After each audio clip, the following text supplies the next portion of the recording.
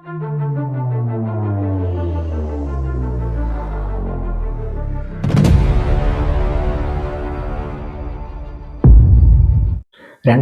ബോളിവുഡിൽ ഇറങ്ങിയ ഒരു ഹൊറർ ചിത്രമായിരുന്നു 1920.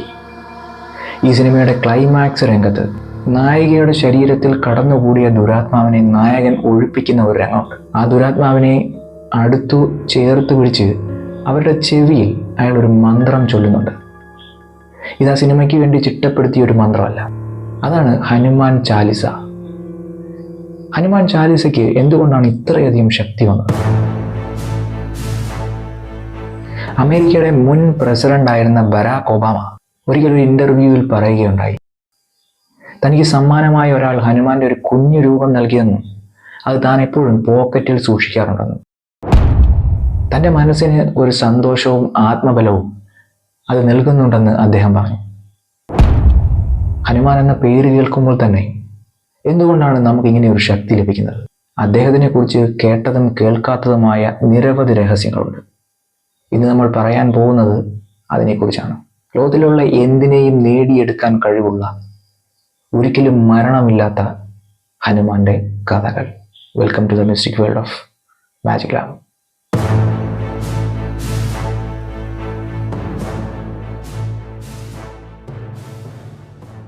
ഹൈന്ദവ വിശ്വാസം അനുസരിച്ച് ഹനുമാൻ ചിരഞ്ജീവിയാണ്, അതായത് ഒരിക്കലും മരണമില്ലാത്തയാൾ, ഇമ്മോർട്ടൽ. ത്രേതായുഗത്തിൽ ജനിച്ച ഹനുമാൻ ഇപ്പോഴും ജീവിച്ചിരിക്കുന്നു എന്ന് വിശ്വസിക്കപ്പെടുന്നു. എങ്കിൽ നിങ്ങളുടെ മനസ്സിൽ തീർച്ചയായും ഒരു ചോദ്യം ഉണ്ടാവും, ഇത്രയധികം ആധുനിക സാങ്കേതിക വിദ്യയുള്ള ഈ കാലത്ത് എന്തുകൊണ്ടാണ് ഹനുമാനെ നമുക്ക് കാണാൻ കഴിയാത്തത്? പലതരത്തിലുള്ള ക്യാമറകൾ നിലവിലുണ്ട്, ഡ്രോണുകളുണ്ട്, പറക്കുന്ന വിമാനങ്ങളുണ്ട്. ഇവയിൽ പോയവരാരും ഇതുവരെ ഹനുമാനെ കണ്ടിട്ടേയില്ല. ഒരു CCTVയിലും ഹനുമാന്റെ മുഖം പതിഞ്ഞിട്ടുമില്ല. വാനരന്റെ മുഖമായതുകൊണ്ട് തന്നെ അദ്ദേഹത്തിനെ തിരിച്ചറിയുക വളരെ എളുപ്പമാണ്. അവിടെയാണ് ഹനുമാന്റെ ഒന്നാമത്തെ ശക്തിയെക്കുറിച്ച് നമ്മൾ പഠിക്കേണ്ടത്, ഷേപ്പ് ഷിഫ്റ്റിംഗ്.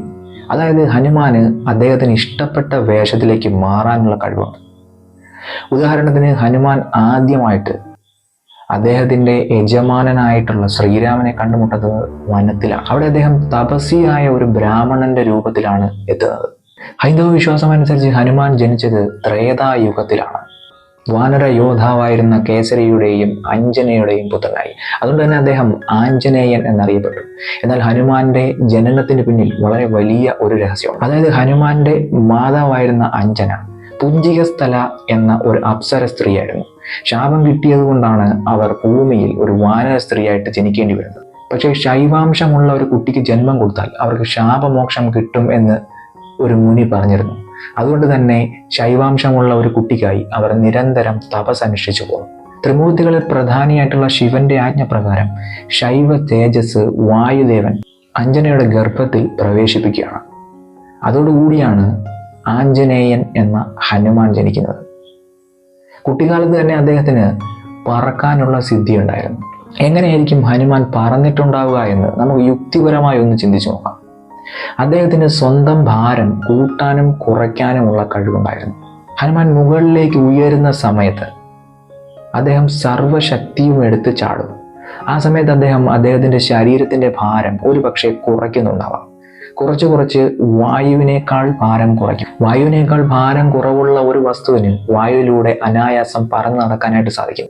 അങ്ങനെ അദ്ദേഹത്തിന് വായുവിൽ ഉയർന്നു നിൽക്കാൻ സാധിക്കും. പിന്നെ അദ്ദേഹത്തിന്റെ പിതൃദേവനായ വായുദേവന്റെ സഹായത്തോടെ ഏത് ദിശയിലേക്കും അദ്ദേഹത്തിന് സഞ്ചരിക്കാം. എങ്കിൽ പിന്നെ അദ്ദേഹം എങ്ങനെയാണ് ഭൂമിയിലേക്ക് തിരിച്ചിറങ്ങുന്നത് എന്ന് നിങ്ങൾക്ക് സംശയം തോന്നാം. പതുക്കെ അദ്ദേഹത്തിന്റെ ഭാരം കൂട്ടിക്കൊണ്ടുവരും. അങ്ങനെ അദ്ദേഹം തിരിച്ച് ഇറങ്ങേണ്ട സ്ഥലത്ത് ഇറങ്ങുകയും ചെയ്യും. ഒരിക്കൽ അദ്ദേഹം സൂര്യനെ കണ്ട് പഴമെന്ന് തെറ്റിദ്ധരിച്ച് അത് വിഴുങ്ങാനായിട്ട് പറന്നു പോവുകയാണ്. പക്ഷേ നവഗ്രഹങ്ങളുടെ നാഥനായ സൂര്യനെ വിഴുങ്ങിയാൽ എല്ലാ കാര്യങ്ങളും പ്രതിസന്ധിയിലാക്കുമെന്ന് മനസ്സിലാക്കിയ ഇന്ദ്രദേവൻ അദ്ദേഹത്തിന്റെ വജ്രായുധം ഉപയോഗിച്ച് ഹനുമാനെ ഭൂമിയിലേക്ക് വീഴ്ത്തുകയാണ്. ഈ വജ്രായുധം കൊള്ളുന്നത് അദ്ദേഹത്തിന്റെ ഹനുവിലാണ്, അല്ലെങ്കിൽ താടിയിലാണ്. അതിനുശേഷമാണ് അദ്ദേഹത്തിന്റെ പേര് ഹനുമാൻ എന്ന് അറിയപ്പെടാനായിട്ട് തുടങ്ങിയത്. ഇത് കണ്ട വായുദേവൻ അദ്ദേഹത്തിന്റെ മകനെ വാരിപ്പുണർന്ന് പാതാള ലോകത്തേക്ക് പോകുന്നു. ഭൂമിയിൽ ലഭ്യമായ എല്ലാ വായുവും അദ്ദേഹം തടഞ്ഞു വെക്കുകയാണ്. അതോടുകൂടി എല്ലാ ജീവികളും മരണപ്പെടുന്നു. എല്ലാ ദേവതകളും പാതാള ലോകത്തേക്ക് വരികയും വായുദേവനോട് ക്ഷമ ചോദിക്കുകയും ചെയ്യുന്നു.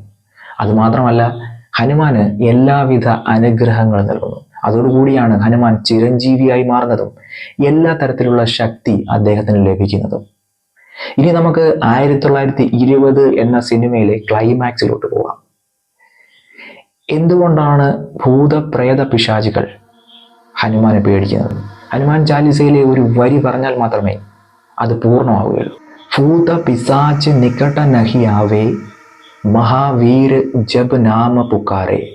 ഈ വരിയുടെ അർത്ഥം മഹാവീരനായ ഹനുമാന്റെ നാമം ചൊല്ലുകയാണെങ്കിൽ ഭൂതങ്ങളും പിശാചുകളും ഒന്നും നമ്മുടെ അടുത്ത് വരികയില്ല എന്നതാണ്. ഇത്രയധികം ദേവകളുണ്ടെങ്കിലും എന്തുകൊണ്ടാണ് ഭൂതങ്ങളും പിശാചുകളും ഒക്കെ ഹനുമാനെ ഇത്രയധികം പേടിക്കുന്നത്? അതിന്റെ കാരണം ഹനുമാൻ എന്ന് പറയുന്നത് ശിവന്റെ അംശം തന്നെയാണ്. അതായത് ശിവൻ തന്നെയാണ് ഹനുമാൻ. അതാണ് ഒന്നാമത്തെ കാരണം. രണ്ടാമത്തെ കാരണം ഹനുമാൻ ഒരു ബ്രഹ്മചാരിയാണ് എന്നതാണ്. അതായത് ഒരു കാര്യത്തിന് ഇറങ്ങിക്കഴിഞ്ഞാൽ അതിൻ്റെ അറ്റം കാണാതെ ഹനുമാൻ തിരിച്ചു വരികയില്ല. അതിൻ്റെ ഏറ്റവും വലിയ ഉദാഹരണമാണ് ലങ്കയിലേക്ക് അദ്ദേഹം പോയത്. വളരെയധികം ദൂരം സഞ്ചരിച്ചാണ് അദ്ദേഹം ലങ്കയിലെത്തുന്നത്. അവിടെ എത്തി സീതാദേവിയെ വളരെ പെട്ടെന്ന് അദ്ദേഹത്തിന് തിരിച്ചു കൊണ്ടുവരാമായിരുന്നു. പക്ഷേ സീതാദേവിയുടെ ആജ്ഞപ്രകാരം അദ്ദേഹം അത് ചെയ്യാൻ തയ്യാറാവുന്നില്ല. സുവർണലങ്കയെ മുഴുവൻ അഗ്നിക്കിരയാക്കിയിട്ടാണ് അദ്ദേഹം അവിടെ നിന്ന് തിരിച്ചു വരുന്നത്. മറ്റൊരു കാര്യം, രാമരാവണ യുദ്ധത്തിനിടയ്ക്ക് ലക്ഷ്മണൻ മരിച്ചു വീഴുന്ന ഒരു സംഭവം ഉണ്ടാകുന്നു. ആ സമയത്ത് മൃതസഞ്ജീവനി എന്ന ഔഷധ സസ്യം തേടി ഹനുമാൻ മരുത്വ മലയിലേക്ക് പോകുന്നുണ്ട്. പക്ഷേ ആ മൃതസഞ്ജീവനി തിരിച്ചറിയാൻ കഴിയാത്തത് കൊണ്ട് ആ മലയോടുകൂടി അദ്ദേഹം ഉയർത്തിക്കൊണ്ട് ലങ്കയിലേക്ക് വരികയാണ്. ഹനുമാന്റെ ശക്തിയുമായി ബന്ധപ്പെട്ട മറ്റൊരു കഥ മഹാഭാരതത്തിൽ കപിധ്വജ രഥം എന്ന് നിങ്ങൾ കേട്ടിട്ടുണ്ടോ? അർജുനൻ മഹാഭാരത യുദ്ധത്തിൽ ഉപയോഗിച്ച രഥത്തിന്റെ പേരാണ്.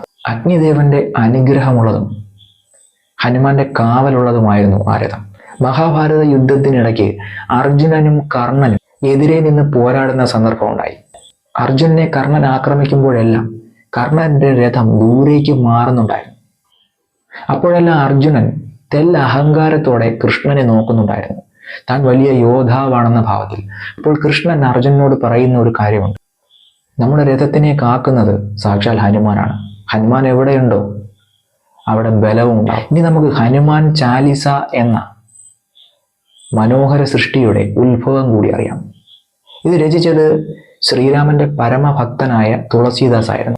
പുരാതന ഭാരതത്തിൽ അക്കാലത്ത് അധികാരത്തിലിരുന്നത് മുഗൾ ചക്രവർത്തിയായിരുന്ന അക്ബർ ആയിരുന്നു. ശ്രീരാമന്റെ ദർശനം ലഭിച്ച തുളസീദാസൻ ഒരിക്കൽ അക്ബർ ചക്രവർത്തിയെ കാണാനായിട്ട് പോകുന്നു. ഈ കാര്യം അദ്ദേഹം അക്ബർ ചക്രവർത്തിയോട് പറയുന്നു. നിങ്ങളുടെ ദൈവത്തെ എനിക്ക് കാണിച്ചു തരാമോ എന്ന് തുളസീദാസനോട് അക്ബർ ചക്രവർത്തി വെല്ലുവിളിക്കുന്നു. എന്നാൽ ആത്മസമർപ്പണം കൊണ്ട് മാത്രമേ ഭഗവാനെ കാണാൻ സാധിക്കുകയുള്ളൂ എന്ന് തുളസീദാസൻ പറയുകയാണ്. അത് അക്ബറിന് തീരെ ബോധിച്ചില്ല.